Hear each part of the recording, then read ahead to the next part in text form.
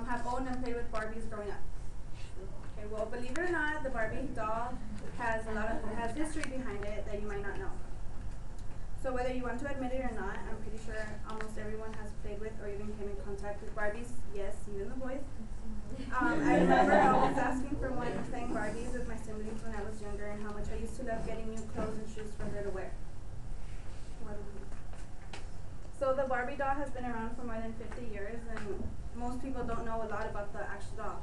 So today I'm going to talk about the inventor and the company that started the doll, a brief history of the doll, and finally how the doll evolved over time. So first, who was the inventor of the Barbie doll and the company that started the doll? So I will introduce the inventor of the famous doll and the company that represented her. So the inventor of the Barbie doll was Ruth Handler. That's her.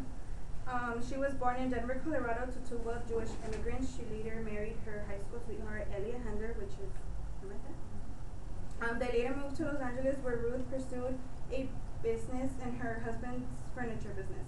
So this is where the start to her new career took off, and she became a successful businesswoman.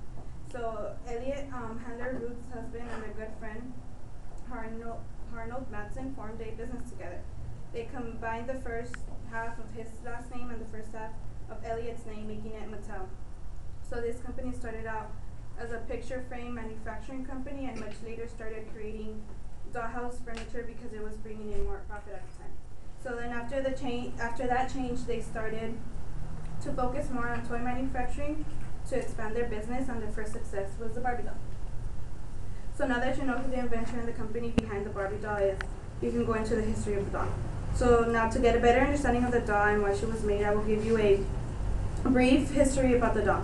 So it was in the Toy Fair in New York City, March 9th, 1959, when the first Barbie doll was introduced, and 2 years later, in 1969,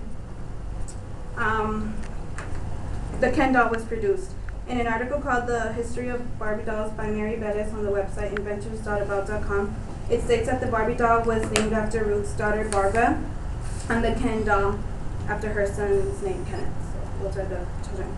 So she got the idea to create these Barbie dolls by watching her daughter Barbara play with paper dolls. Her and her friends used to pretend that they were adults or make-believe teenage. Well, they would make believe that they were teenagers, and they would give them adult jobs and roles. She was convinced that they used the dolls to act out the future rather than the present. So after watching her daughter, she got the idea to create a three-dimensional doll that girls could use to act out their dreams. She named the doll Barbie, which, like I said before, it was named after her daughter, and that was her nickname. So on an article on hubpages.com posted on February 14, 2013 by Rachel Vega mentioned that the doll was based on a racy German comic book. So that was the doll that Barbie was based on. So the doll was a comic book character named Bill Lilly. When she found the doll, she thought that the design needed some work. Lily was made of hard plastic, and Hannah wanted something softer in both look and feeling. After the discovery of the Lily doll, it took over 3 years to get Barbie ready for her debut. This was the start of the famous Barbie doll. So I discussed the inventor of the doll, company that owns her, and a bit of history. So now we'll talk about the Barbie doll, about how the Barbie doll has developed over time, and some fun facts. So the Barbie doll has changed in appearance over the years, and I will also add some fun facts that you might not know. So like I mentioned before, the Barbie doll resembled Bill Lilly, which is her right here.